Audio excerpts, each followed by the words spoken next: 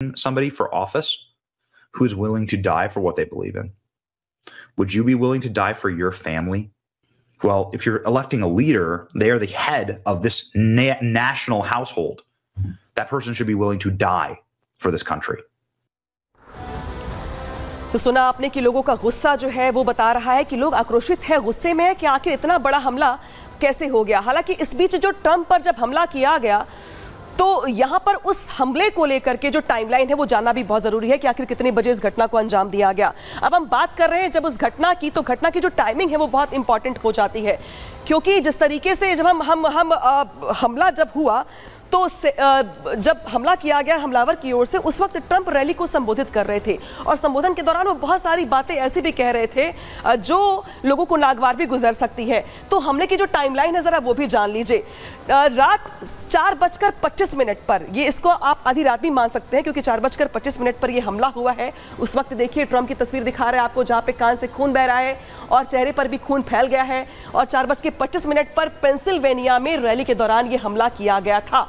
Secret service के जो अधिकारी हैं वो ट्रंप को लेकर के वहां से निकल गए। 5:04 पर एक हमलावर को अरेस्ट भी कर लिया गया। इसके बाद एक हमलावर को वहीं पर ढेर कर दिया गया। सुबह 5:25 पर राष्ट्रपति बाइडेन का यहां पे बयान जारी किया गया पूरे हमले को लेकर के। उनकी ओर से इस घटना की निंदा की गई और साथ ही ये भी कहा गया कि लोकतंत्र में ऐसी घटनाएं जो है वो स्वीकार्य नहीं है। तो ये जो टाइमलाइन दिखाई हमने आपको, इसमें आगे बढ़ते हैं।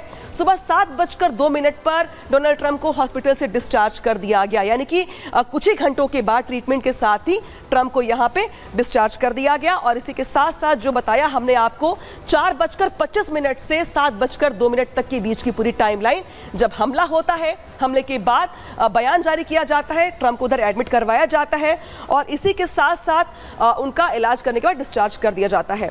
अब जिस हथियार का इस्तेमाल करके ट्रंप को टारगेट किया गया, निशाना बनाया गया, वो भी जानना बहुत अहम है, क्योंकि ये जो गन है ये बहुत खतरनाक है जिसके जरिए टारगेट सेट किया गया। अब कितनी खतरनाक है एआर स्टाइल की राइफल, ये जानना बहुत जरूरी है। दरअसल एआर का मतलब है आर्मालाइट, जिसका नाम दिया गया है, जिसका मतलब होता है सेमी ऑटोमेटिक। ये सेमी ऑटोमेटिक होती है और जो इसकी तरीका है इसको चलाने का और जो उसकी रफ्तार है वो भी अपने आप में अहम हो जाती है, क्योंकि ये 1 मिनट में 45 बुलेट फायर करती है। शायद यही वजह है कि इस गन को लेकर तमाम सवाल खड़े हो रहे हैं कि इस शख्स के पास ये बुलेट आई कहां से और ये गन आई कहां से। लंबी दूरी तक हमले करने के लिए सक्षम है ये, शायद यही वजह कि इस गन का इस्तेमाल किया गया रैली में ट्रंप पर हमला करने के लिए। 500 गज दायरे तक सटीक निशाना साधने में सक्षम है ये गन। 500 गज तक का निशाना साध सकती है ये अपने आप में गन, और यही वजह कि इस गन का इस्तेमाल किया गया। अमेरिकी नागरिकों के बीच चर्चित हो गई है ये गन, क्योंकि अमेरिका में देखा भी होगा आपने, इस बात को लेकर तमाम चर्चाएं होती हैं, नाराजगी जाहिर की जाती है कि अमेरिका में गन मिलना जो है वो बहुत मुश्किल हो जाता है और इसीलिए जो है यहाँ पे सवाल खड़े हो रहे हैं कि आखिर ये गन कहाँ से मिली। तो आखिर ये गन कहाँ से मिली, कैसे उपलब्ध हुई उस युवक को, किसके पीछे क्या कोई साजिश है या एक युवक की सनक है जो तैयारी कर रहा था ट्रंप पे हमला करने की। इन तमाम जो सवाल हैं उसको जवाब देती ये रिपोर्ट देखिए। Want to really see something that said, take a look at what happened.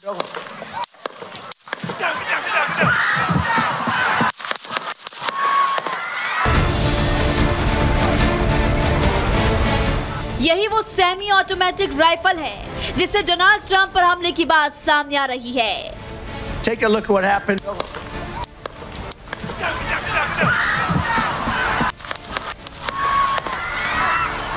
Pennsylvania में रैली के दौरान जो हमला हुआ है उसके हमलावर को सुरक्षा कर्मी ने ढेर तो कर दिया, लेकिन आरोपी के पास AR-15 राइफल होने का दावा किया जा रहा है।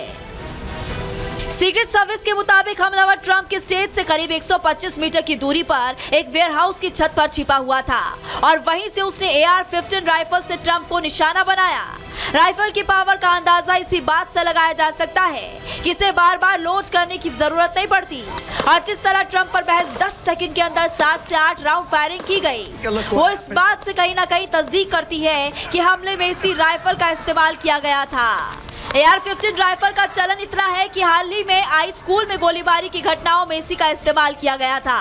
अमेरिका के सभी प्रांतों में इसे रखने की इजाजत नहीं है। इस राइफल की बात करें, AR का मतलब आर्मालाइट, अमेरिकी मिलिट्री राइफल M16 से मिलती जुलती है, जिसका इस्तेमाल कुछ देशों की सेनाएं भी करती है। इस राइफल में 2 तरह के फोल्डिंग और नॉन फोल्डिंग शोल्डर सपोर्ट होते हैं। इसके साथ ही इसे दोनों हाथों से भी चलाया जा सकता है। इसमें .223 रेमिंगटन या 5.56 × 45 mm नाटो गोलियां लगती है।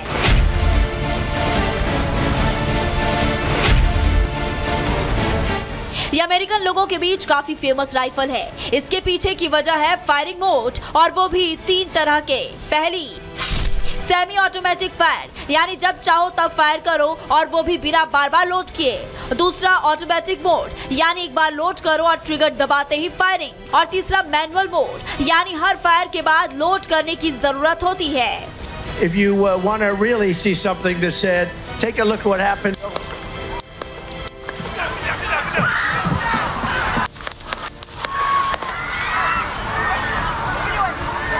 इस राइफल का इस्तेमाल ऑस्ट्रेलिया, न्यूजीलैंड, कनाडा में किया जाता है।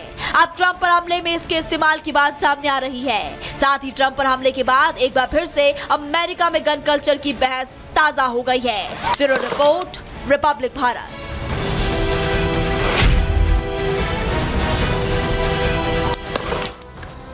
तो देखा आपने किस तरीके से पूर्व राष्ट्रपति को टारगेट किया गया। हालांकि ऐसा पहली बार नहीं है जब अमेरिका में राष्ट्रपति पर हमला किया गया। उसके पहले भी कई राष्ट्रपति ऐसे हुए हैं जिन पर जानलेवा हमले हुए हैं।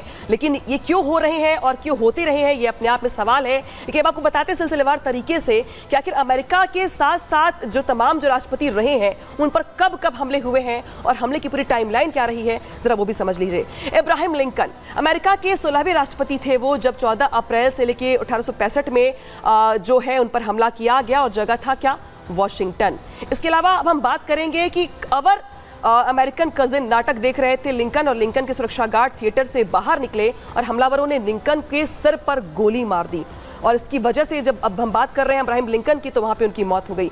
हालांकि उस वक्त जब हमला किया गया था तो जो हत्या की वजह थी वो ये थी कि अमेरिका में 19वीं सदी में गुलाम प्रथा का चलन था। इसमें काले लोगों को खरीदा बेचा जाता था, गोरे लोग उनसे गुलामी करवाते थे, और इसी वजह से उनकी आज़ादी पर गोरों का अधिकार था। और यही वजह बनी कि इस गुलाम प्रथा को लेकर के जो विरोधी थे, जिससे देश में गृह युद्ध छिड़ गया, लिंकन फिर भी अपने इरादों में डटे रहे। और यही वजह रही कि इस फैसले से नाराज जॉन वाइक्स ने लिंकन की हत्या कर दी। तो देखा आपने कि कारण अपने अपने, लेकिन हत्या आपने देखा किस तरीके से की गई। इसके बाद अगला नंबर आता है जेम्स गारफील्ड का, जो अमेरिका के 20वें राष्ट्रपति रहे, और 2 जुलाई 1881 को उन पर हमला किया गया। जगह थी वॉशिंगटन DC। अब जिस तरीके से जो हमला किया गया, इसमें किसने गोली मारी, किसने हमला किया, वो भी जान लीजिए। उनको चार्ल्स गुइटो ने गोली मारी थी। वॉशिंगटन DC के बाल्मोर जो इलाका था स्टेशन का, वहां पर गोली मारी गई थी। और दरअसल गारफील्ड विलियम कॉलेज जा रहे थे उस वक्त, और डॉक्टरों ने यहां पर कोशिश ये की थी, जब उन पर हमला किया